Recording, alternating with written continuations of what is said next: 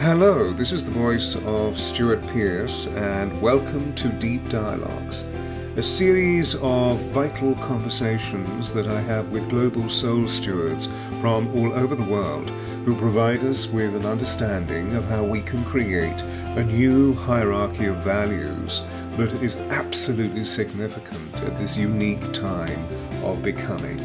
I hope you enjoy, and thanks for listening. And we are recording. Brandon, welcome, welcome, welcome, welcome. It's gorgeous to have you here. And I really want to thank you deeply from the very core of my soul for giving of your time in this way, because it is just so exquisite for all of us to be sitting in your ravishing presence. You're just an exquisite embodiment of all that you believe in and all that you teach and all that you live. So thank you, thank you, thank you. And welcome to all of you wonderful people who are viewing this extraordinary conversation, part of Deep Dialogues. Now, as usual, I'd love to officially just introduce Brandon to you in case you don't know who she is.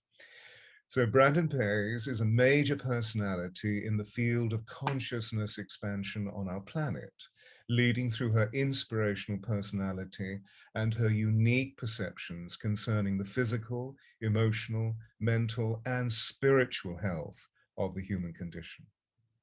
The leading component of Brandon's personal journey began having radically healed herself from a potentially life-threatening tumor.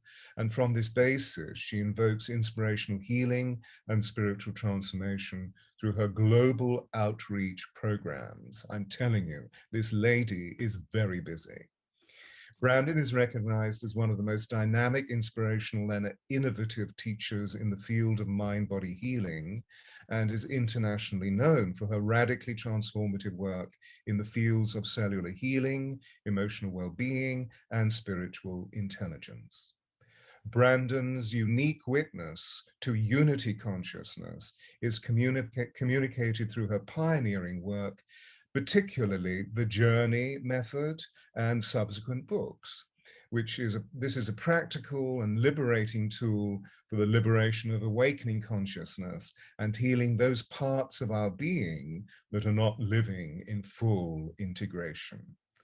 Brandon, welcome. Thank you, and a heartfelt namaste to everyone here. And thank you. I'm loving being in your deep dive dialogues. So, well, it's of course, as we know, this little project, Deep Dialogues, which is now drawing some very spectacular people like yourself, and our audience has increased, and now thousands and thousands of people are tuning in. And ravishing things, to use the word yet again, are being said about the nature of what deep dialogue is, as if we need it at this time.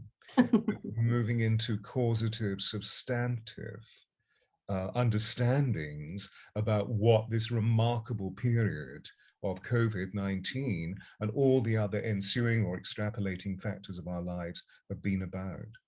And in our pre-show chat, I know that you were sharing with me that, of course, you had a huge program planned for 2020, and then the doors were closed and you went into the process online. And so it's been a staggering change for you to move into, still teaching as beautifully as you do, the field of transformation that is your potential as it is ours, all of ours. And yet you reached into a different unfolding. And so I wonder if you could talk to us about what you've done with the program over the last year of COVID.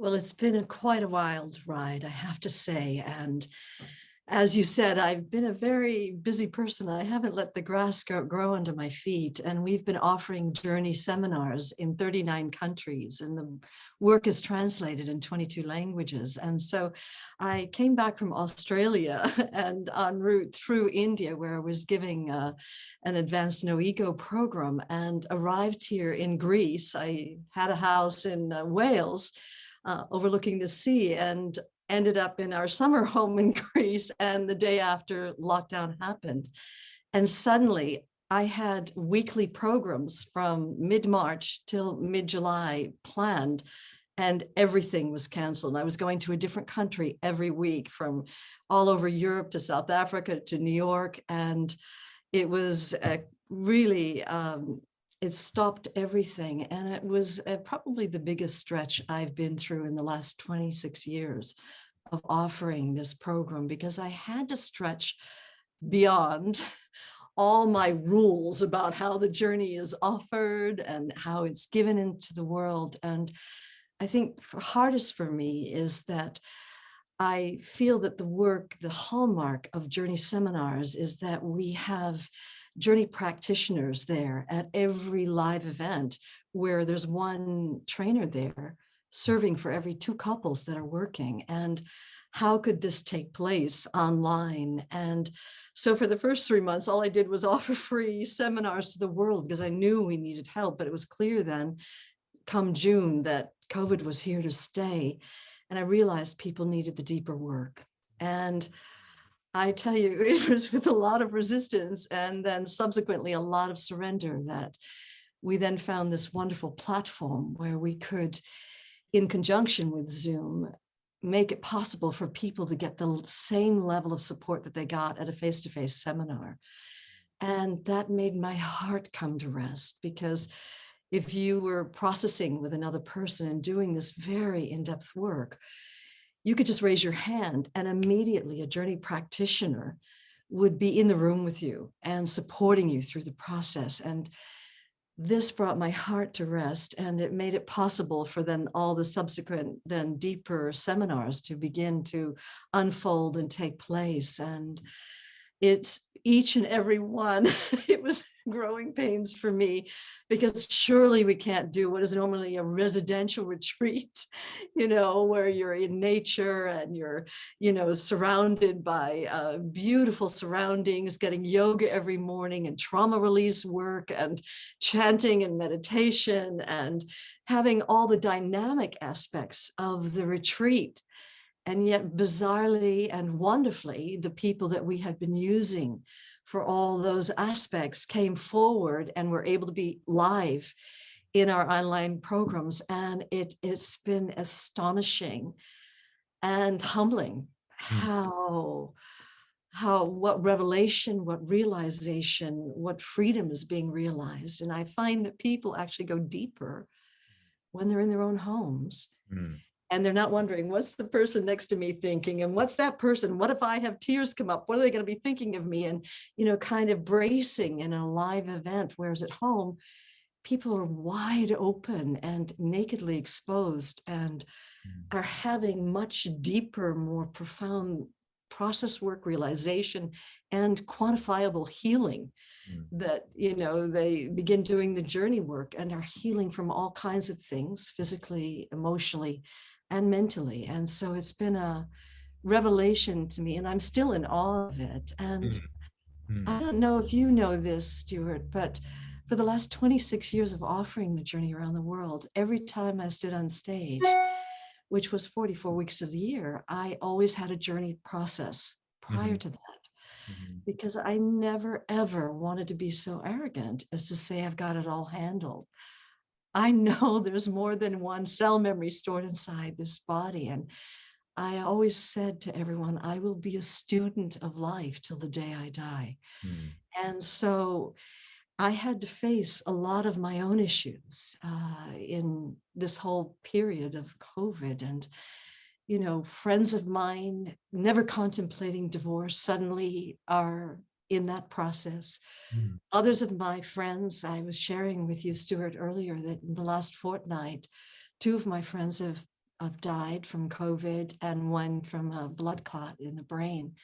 And so it's been a roller coaster, I think, for all of us. And the only thing I am just so grateful for is this work that's been liberating to me, not just me, but to the hundreds of thousands that are participating around the world as this work is being offered. And I'm just humbled by the results that people are getting, where they feel they're being carried through this time.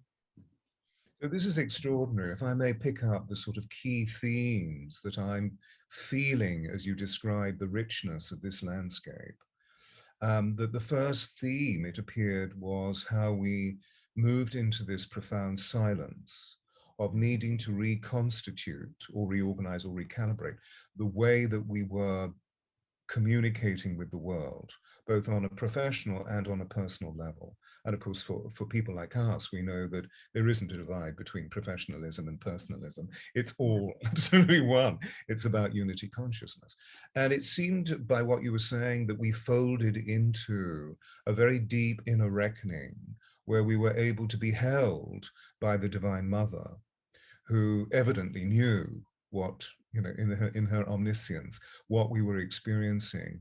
And as a result of that, it helped that conversation, or the new linguistic, allowed us to appreciate how we could begin to open ourselves and therefore release the sensitivities or the taboos or the feeling of awkwardness about how, when we're pitched into the intensity of a workshop or a major conference, that we're having to share our energy fields with so many different people that often it contracts rather than expands, even though we know remarkable work takes place in those situations. And what's happened, and we were sharing, because I was nodding so beautifully during our pre-show chat when you were describing this to me, but the same thing has happened for me, where I've been aware of a transcendental level of intelligence in all of the people that I've been working with, particularly on retreat, 3 days retreat online, going to all the significant temples in Egypt and watching videos that I've taken or that I've gathered from other people, and then taking people through ritual, which is primarily chant. These extraordinary experiences are happening for everyone. And so Divine Mother is leading us in the most extraordinary way. The second theme, it seems that change is, of course, our ever-present friend. And we've been taught to believe in permanency, which of course is a complete illusion. And now we're beginning to live in the wisdom of uncertainty. But what it does mean is that our lives are radically changed. And sometimes it means moving back into source, which is what you were talking about. I wonder if you could comment on the nature of the way that you've observed change in people's lives, and how easily, or how perhaps not so easily, that they've responded to the essence of change and the wisdom of change. Well, for me, in such emotionally healing work, it feels that COVID was a big wake-up call for humanity. And it is true.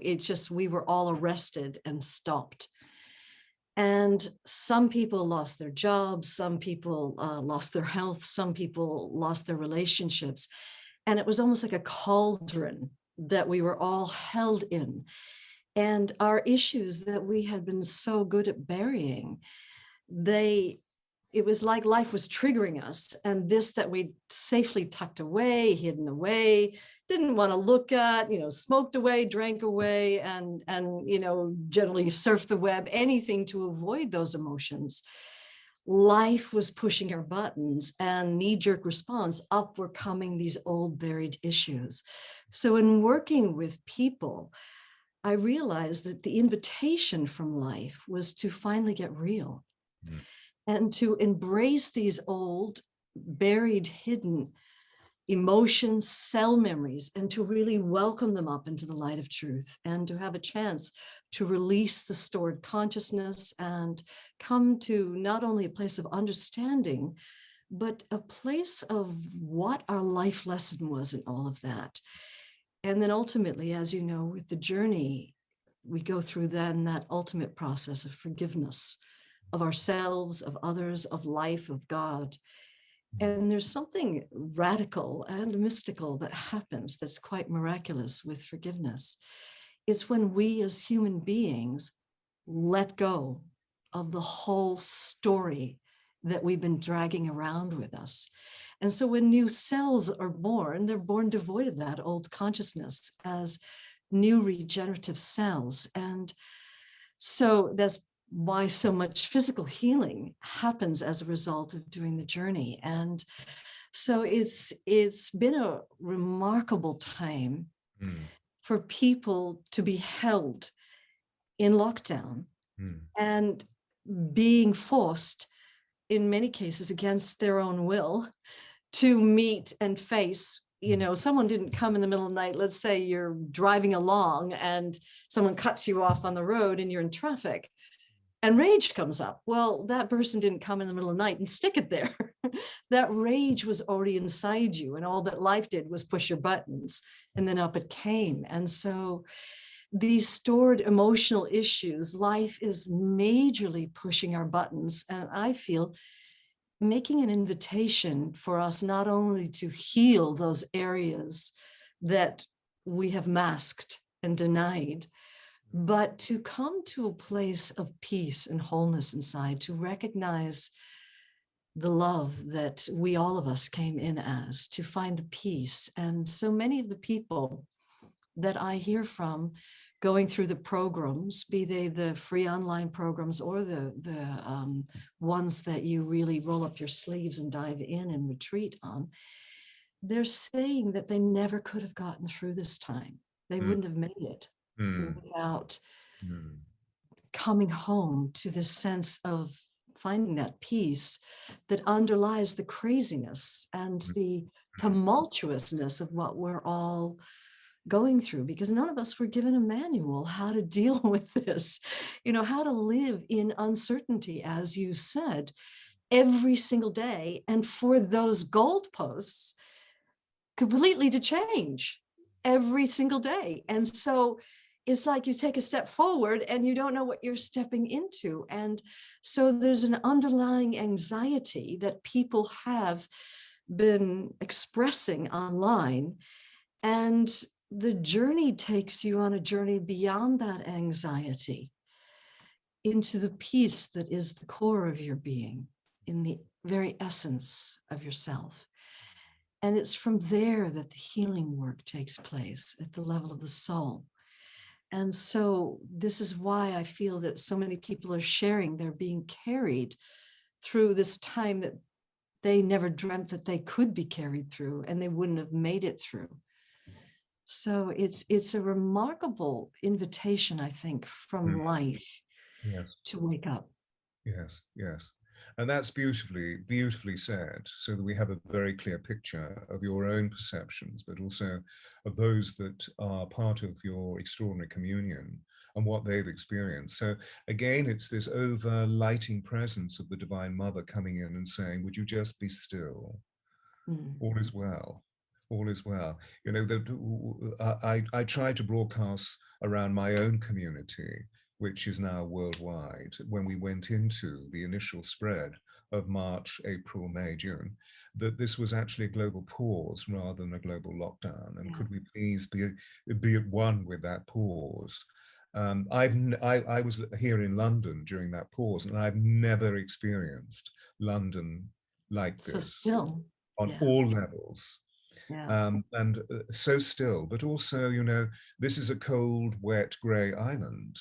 And we had the most astonishing summer where the skies were those beautiful azure blue that I know I find either on the eastern or western seaboard of the US.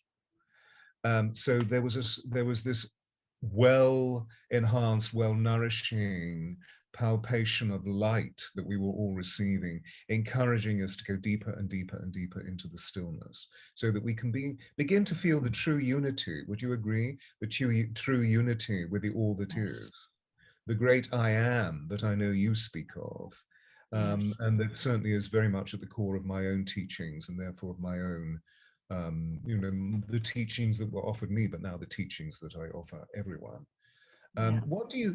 How can we continue, do you feel, with this excavation of the underworld deep within us, the unconscious, where we feel this extraordinary voice stilling us more? I think that embracing this moment, embracing what is just here right now, embracing the emotions that are here, whatever they are, and just allowing them, and not having to figure them out or fix them or analyze them or worse still repress them. That it is an invitation just to embrace what is here now. And you might find this interesting. You probably know this already, but science has found that when you feel an emotion and you suppress it, it actually releases a quantifiable biochemistry into the bloodstream, which will go to certain cell receptors and block them. And if over time illness happens, it happens where the cells are blocked. And conversely, what has also been found to be true is that when we feel our emotions very openly and freely, and just naturally, like a child does, our cell receptors remain open. And I came across something on the CDC site where it actually, the Centers for Disease Control, which we're all very aware of these days, it says 85% of all illness has an emotional basis. And the reason they can say this is because of all the work going on in the field of cellular healing. And so, of all the times that life is inviting us to embrace whatever emotions are here, to allow them. It's not to project them at someone else or blame someone for how we're feeling, or I'm feeling angry and let me see, who's to blame for that? That person's to blame, or the government's to blame, or Black Lives Matters is to blame, or, the storming of the White House is to blame. And simply to cease this need to look to outside stories to explain our emotions. And rather than doing that, just this welcoming of whatever's here and opening with that. And what I've discovered in my own experience, and of course in the hundreds of thousands of people I've worked with, is that if you really welcome emotion and open with it, you will go down through layers inside yourself, and eventually you will open into an infinite love, into a peace inside, where you will feel that you are one with all of existence. As a matter of fact, science has found that when we are born and are infants, that we actually feel ourselves to be this vast awareness where we feel ourselves be part of all of existence, part of the fabric of life.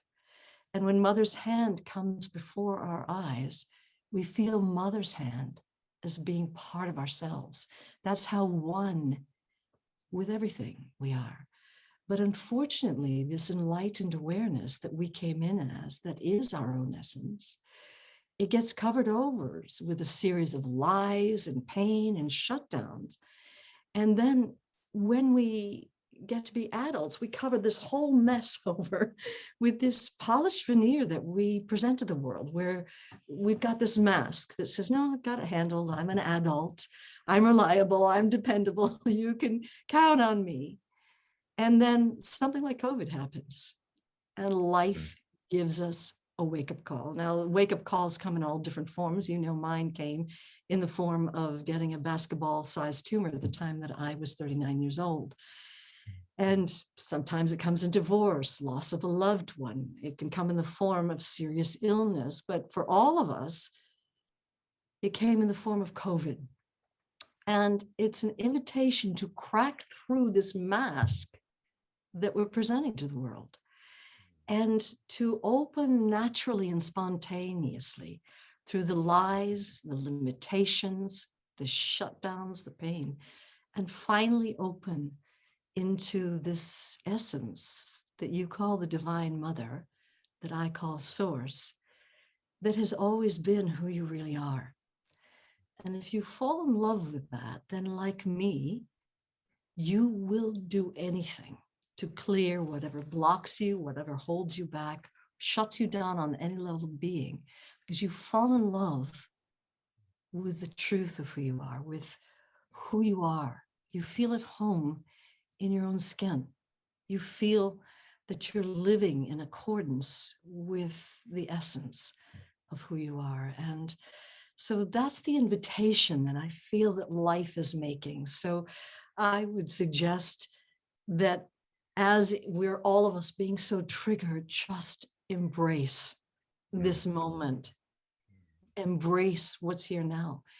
And I thought I was pretty much surrendered. I do live in the moment. And I was pretty much surrendered to life. And I had to realize that I had certain rules in place and I had certain ideas. And I had to even surrender to letting go of those for the journey to then find its way into the format that it is now. And so it's a constant being present to the moment, the embracing of the emotions, and this surrendering to what is. Because there really is no other moment but this moment right now, you know. It's so beautiful. To highlight the themes that you're bringing up, we're talking about finding the holy instant and how we can live within the moment in a completely present way. I'd love you to talk a bit about how you experience through your, through all the receptors of your being, through all of your perceptual faculties, how you experience that presence. Because I know earlier we were talking about when you said to me, what is a presence coach? And what I've been teaching for the craft of the actor and now taking it into the world of healing as a movement back to wholeness is the whole idea of living in the moment. And how do we do that in the sense of the way that we feel? Not okay, we may have the mental construct, I must live in the moment, I must live in the moment, but of course we both know that's another mask. Of course it is, it's an idea, it's a the concept. mechanism of the doing idea. Yeah, as opposed to the physical experience of what that means, so that we can literally feel ourselves at one with source. I feel that the personality that I described as Divine Mother is a key keeper or a portal holder. But also the Divine Father comes in as we experience the dualities of life. And that allows us to meet that core energy of response in the source. I know that you had experience early in your life where you felt this. You had an open sense of communication with source.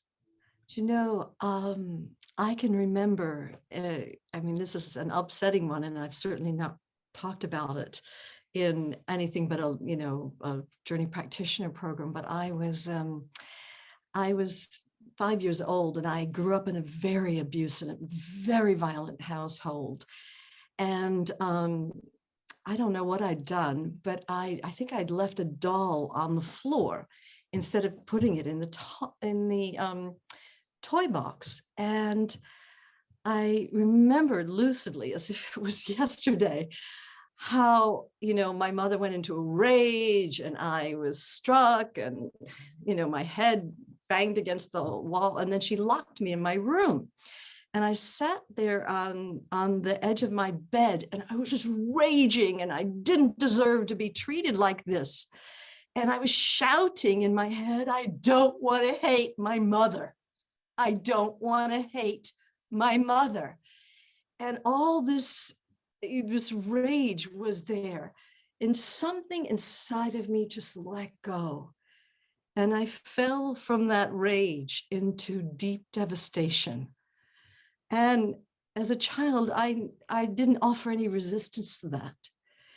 And as I let go in the devastation, I fell into a black nothingness that was like velvet, and my eyes were closed. And I believed this place to be God. And I fell into a deep stillness that was pervading all of existence. And the words, "She knows not what she does," arose in me. And that was my first recognized realization of that in the core of all emotion is this vast, unknowable, unquantifiable mystery. Sometimes the quality in it is love, sometimes it's stillness, sometimes it's a vast emptiness, but it's something that pervades all of existence. And I knew myself to be that. And from the time I was a little baby, I had this longing to merge into whatever this was.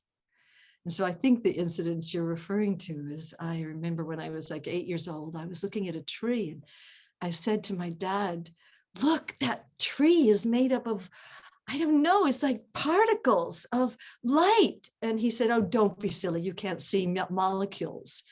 And I stopped being able to see the energy of trees, you know, of life. I used to be able to see that there was a presence pervading.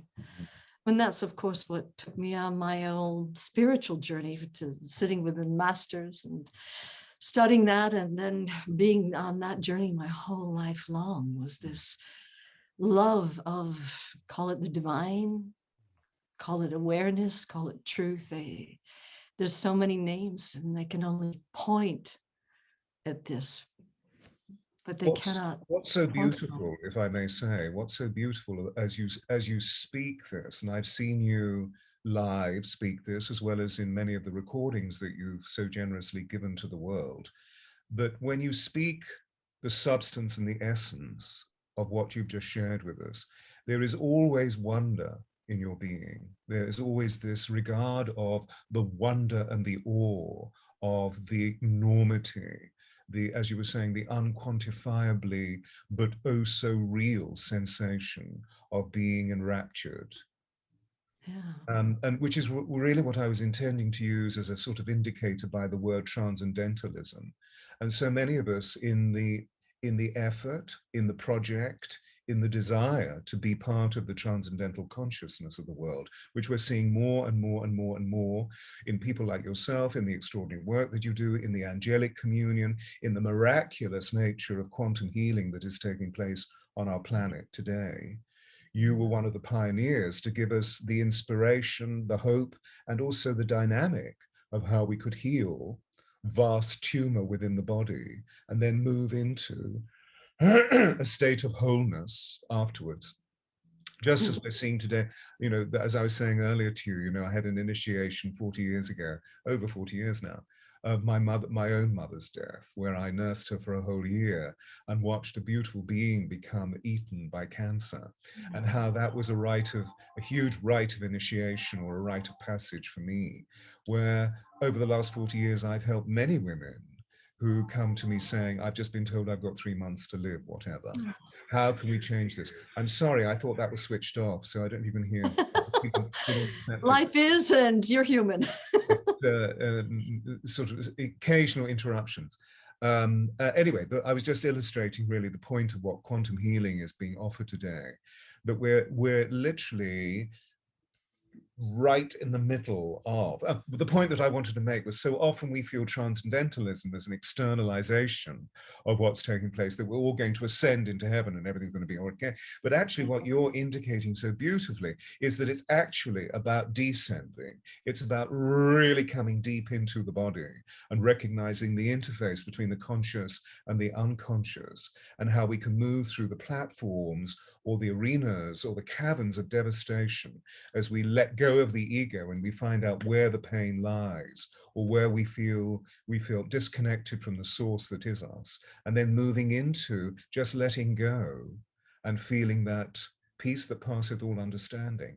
My question to you, my darling, is how can we make that consistent? I come back to the same thing that I said earlier, that it's being here right now. And not with no thought of what happened in the previous moment and no thought what might happen in the future. It's literally riveting your awareness, your presence, not as a concept, not as a mantra, but bringing all of your awareness just to this moment. And then the next moment comes and here you are. And then the next moment comes and here you are. And in that here and now, even though the being is still, the emotions dance and they can come through and they can go. And yet this underlying peace that underlies, as you say, the peace that passeth understanding of the thinking mind, this peace that underlies it all is untouched by life's circumstances, by life's dramas, catastrophes. It's untouched by life's pain. And it's possible to live with the awareness of this peace and still humanly be fully engaged in life. Beautiful. And so that's how, And so much with the word transcendentalism, the one thing I'm not as enamored about that word is that it's as if you're transcending this human existence.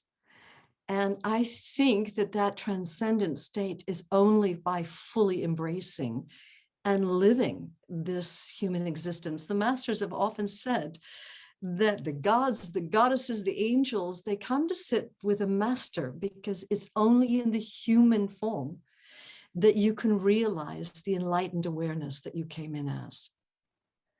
And so it's for us to experience the human experience, simultaneously recognizing and aware of the peace that underlies the whole of it. And so I feel fully engaged with life. I feel fully alive in life. As a matter of fact, the very first article that I had written about me in Britain that was published in the Mail, the headline was "Savor Each Precious Drop of Life." And that's what being present is. Having had almost, I could have died from that tumor, it made me realize how each moment was so precious. And it might have been a moment that I might not have lived. yeah. And it made me consciously love this moment. It made me relish it, savor it, be present to it, because we don't know what the next moment will bring, but at least life gave you this moment, this priceless moment to experience it. And it's that gratitude to life and that savoring that makes it not a practice born of concept, but as a direct living experience of living each moment in the now. This is so beautiful. Thank you so much for sharing this, because it's right at the heart of what I'm hoping to communicate to the world as well, what I've discovered in my own life. So the tenets are very simple. It's get out of the mind and get into your body and really relish and savor. What is my body feeling in this moment? Whether it be fair or foul, what is my body feeling? It seems to me that we as spiritual beings, as stars wrapped in skin, that we're here to experience feeling, and that the world has become constipated by thinking. So much so that we've lost who we truly are, in the way that the educational models and the socialization models have led us to doing, and we lose this extraordinary gateway into the way that we can bring soul deep into our physical form, which I believe in essence is what this project is all about. In the beginning was sound, and the sound was made flesh and dwelt among us full of grace and truth. So how can we allow sound at the core of creation to allow us to identify the way that we feel? And I'm also interested, because you have a beautiful vocabulary for explaining the way that you feel and what you've deduced from the purpose of working with thousands and thousands, millions of people, and helping them through so compassionately, helping them through the endeavor of their own healing and encouraging and promoting into the wisdoms that lie within. You've developed an extraordinary feeling linguistic, the way that words anchor states, and how your word language, and I know that you're very, you're wonderfully precise about the way that you want to use language, and that, you know, by using certain words, they can lead our thinking and feeling into a tributary, which isn't that necessary. How do we come back into essence? My own role, it feels at this time, and has been for the last 10 particularly, is helping people to understand how they can name their feeling states, name their pain, and thereby alchemicalize, not through ideas, but through the experience of other, what I refer to again as transcendental feeling states. That joy is a much higher vibration than despair. Yeah. The level of time is a constant friend and foe, because time is always moving us into inconsistency, on, off, on, off, on, off, on, off. And what I'm really interested at this time is how we can feel all of these amazing gifts that we're discovering, which is essentially what the great spiritual fathers and mothers have done for centuries and centuries, how we can find a way of becoming sustainable. My sense is that we reach for joy on every occasion, that nothing is singular, everything is plural, that we reach for joy, and that we need to be in our own stillness to discover this. Because often we're surrounded by complex social systems that don't allow us to feel that, you know, vibrations that aren't necessarily endorsing what our soul wants. Would you agree that that as a premise is a really interesting starting point? Do you know, reach for joy. The only thing that arises for me, truthfully, is that becomes then another concept. And we make a picture of what joy's like, and then we try to take up residence in it. And it makes us overlook this moment, which may have many different fragrances, that by being present in the now, whatever's here, that you're feeling will evoke joy. By having a concept of joy, though, is it puts it into the future or into the past. It doesn't, it's the living as yourself in the now, no matter what emotion comes through, because you can have devastation come through and anger and rage, and underlying it all is this joy. And I've even had that happen where I lost it recently. And I started laughing midway through my own argument, which I saw was totally ludicrous. And I was just pissed off. And the bubbling joy that was underneath that anger, it won out because I was wholly present to my anger. Mm-hmm. And I didn't think, if I'm angry, then I can't feel joy, because that too is a concept. So, you know, that's a rule made up somewhere along the line, that anger is not joyful. Well, who said that? You know, that's a belief, you know. And so, because I was wholly present, the act of being present to your emotions, of embracing them, allowing whatever's here to be here, is a joyful act. And sometimes in opening into that, it's a stillness that you could cut with a knife. Sometimes it's a vastness of being where there's no you and there's no life. It's just that one.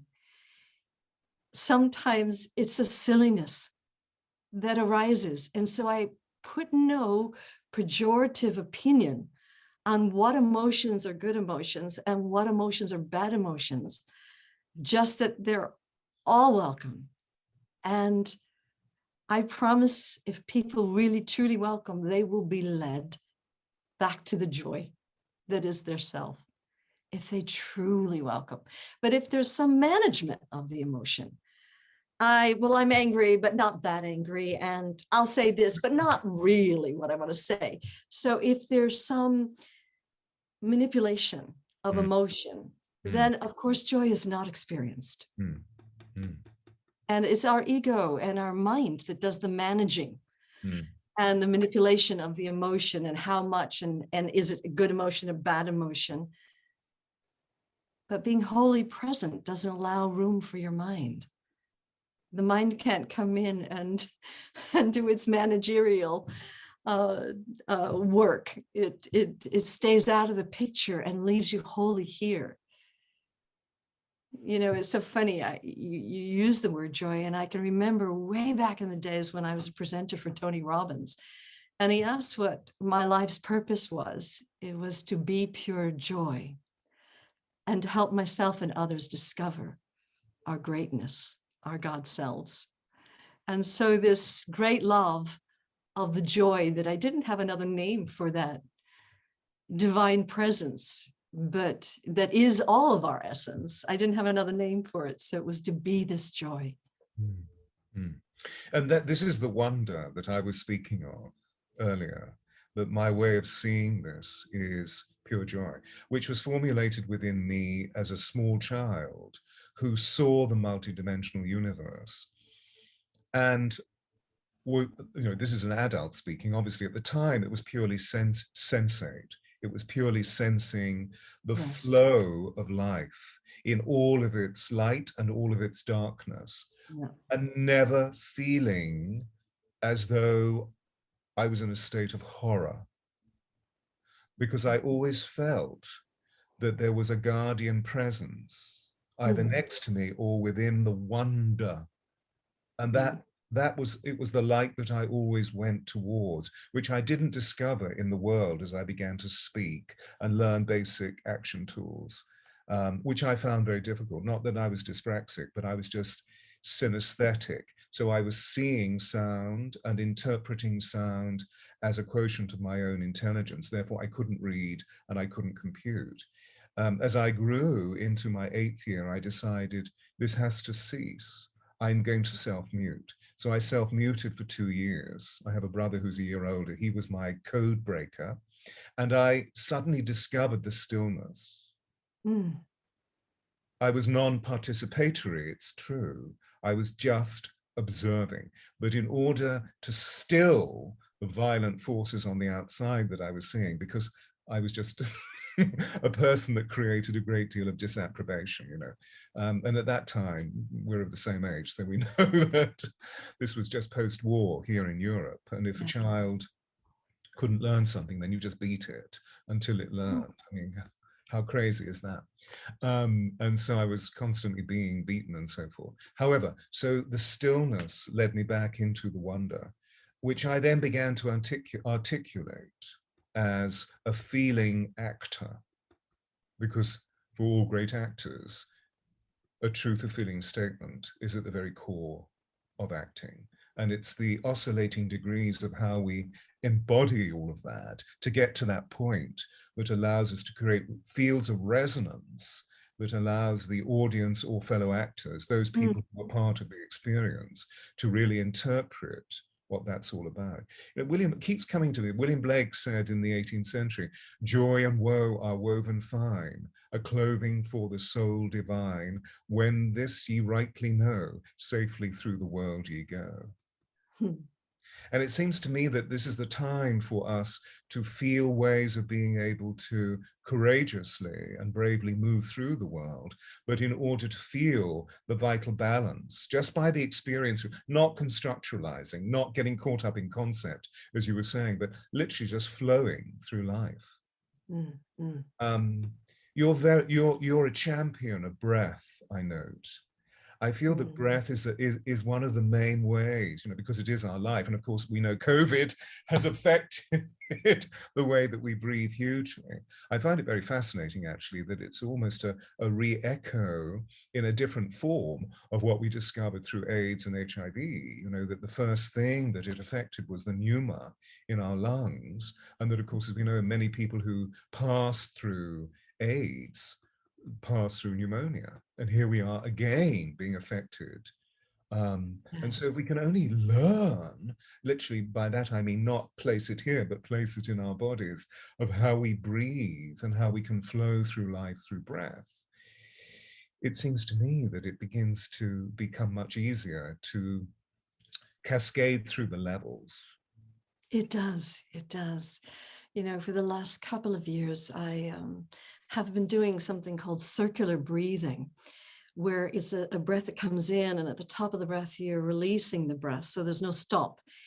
Because what I found, and I'll do like 20 minutes of this in the morning before I get up, is besides it invigorating the body, is that we use breath to stop our emotions. So when we get to the top of the breath and we pause, I found that people were doing that to shut down their emotions. Right. And so that when we keep the breathing flowing as a continuous flow, with no breaks, no pauses, no stops, the emotions become readily available. And as you said, then very easily, I'll take a brand new person down through their emotional layers in a matter of 2-3 minutes, because I keep them breathing and they can't resist the emotion.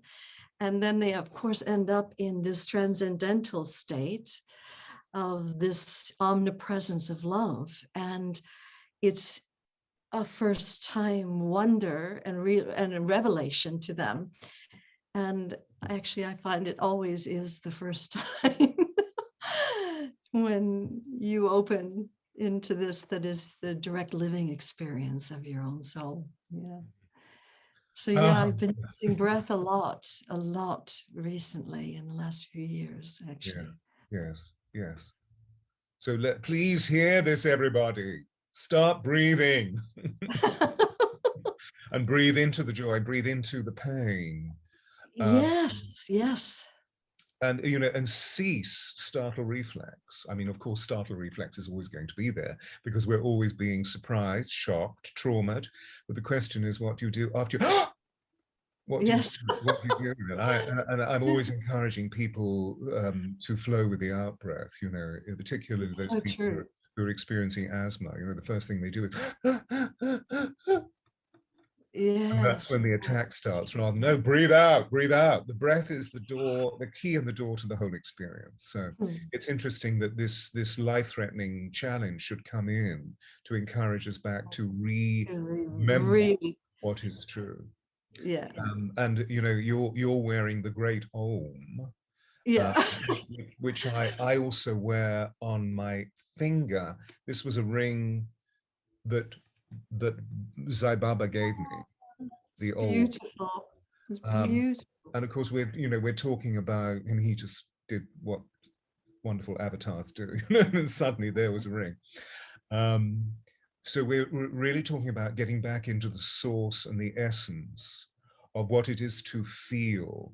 Could you mention one or two suggestions about how you personally, in the moment, in the beautiful sense of holy instant, feel your body sensing life? Sensing life. You mean when I open and we all open into source? Mm, mm. It feels my body becomes formless and non-existent, and I'm aware of an awareness, a presence that's pervading existence. And it's not me and a presence. It just is an isness, just here in this as now, as presence. And there's no one observing. There's no commentary. There's just this awareness pervading existence. And then different fragrances come through, like your joy, peace, stillness, freedom, sometimes hilarity. At the huge mistake we're all making in believing our physical forms to be who we are. And This is extraordinary. And we've actually spoken through a recorded hour. And I was holding you firm to the credence of that, I know. But, you brought us to the most extraordinary point, which is my understanding is that the doing and the being cease, and it becomes just is, the isness of the still point where we are, to use the word yet again, ravished by essence. I love that. Completely It's so okay. yummy. So delicious. You Brandon Bays definitely with are me. a wordsmith, a master Bless you. wordsmith. I've met some very extraordinary people in my life. I consider myself to be very fortunate, but I want you to know that this hour with you has been one of the most extraordinarily precious jewels of all of what I was just referring to, the remarkable people that I've met, and the absolute generosity and grace that you communicate your wisdom. I want to thank you very deeply. And on behalf of the community, thank you, thank you, thank you for coming into this space with me. And Oh, I thank do you. hope that we can repeat it because Oh, I would I've love had to. such fun. Yes, absolutely. And thank you with all my heart. And it's so beautiful just to allow conversation to occur from this essence, from this isness. And thank you. And it's been exquisite. Namaste.